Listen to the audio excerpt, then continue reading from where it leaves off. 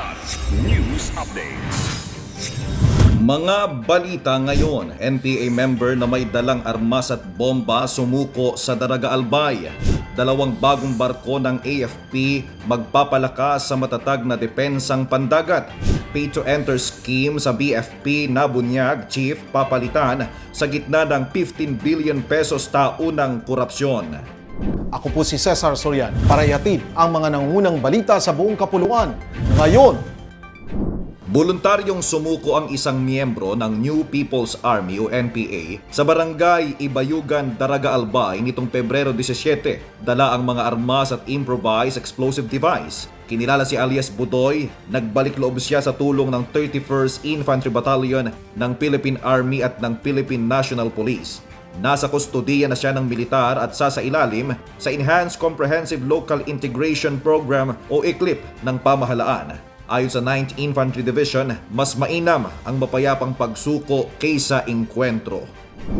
Pinalakas ng Armed Forces of the Philippines o AFP ang kakayahang nitong depensahan ang karagatan matapos ipasok sa aktibong serbisyo ang BFP Raha Sulaiman at BFP Audrey Banyares nitong Pebrero 24 Martes sa Subic, Zambales. Ang Raha Sulaiman, isang offshore patrol vessels, ay inaasahang magpapatatag ng presensya ng bansa sa malalayong karagatan at economic zones, habang ang Audrey Banyares ay idinisenyo para sa mabilis na interdiction at coastal defense. Ayon kay AFP Chief of Staff Romeo S. Browner Jr., hindi agresyon ang modernisasyon kundi paghahanda laban sa banta ng maling kalkulasyon sa rehiyon. Sa gitna ng tumitinding hamon sa West Philippine Sea o WPS at iba pang maritime flashpoints, malinaw ang mensahe, paiigtingin ng AFP ang bantay sa teritoryo at sisiguruhing may kakayahang tumugon sa baybayin man o sa malalim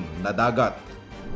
Lalong umiinit ang krisis sa Bureau of Fire Protection o BFP matapos kumpirmahin ng Department of Interior and Local Government o DILG ang 11 opisyal sa 3 rehiyon ang kinasuhan dahil umano sa paniningil ng 90,000 pesos hanggang 800,000 pesos kapalit ng slot sa BFP.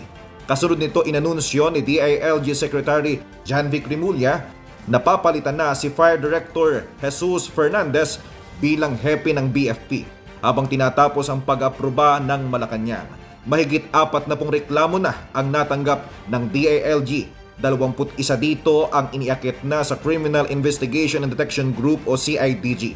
Ayon kay Rimulya, bahagi ito ng pagbuwag sa malalim at sistematikong network ng katiwalian sa BFP na tinatayang kumakain ng 15 billion pesos bawat taon mula recruitment hanggang fire inspections. Babala niya, ilalabas na ang ebidensya at may kasunod pang mga kaso simula pa lang ito. Para sa Kidlat News Channel, ito si JP Adaw, nag-uulat.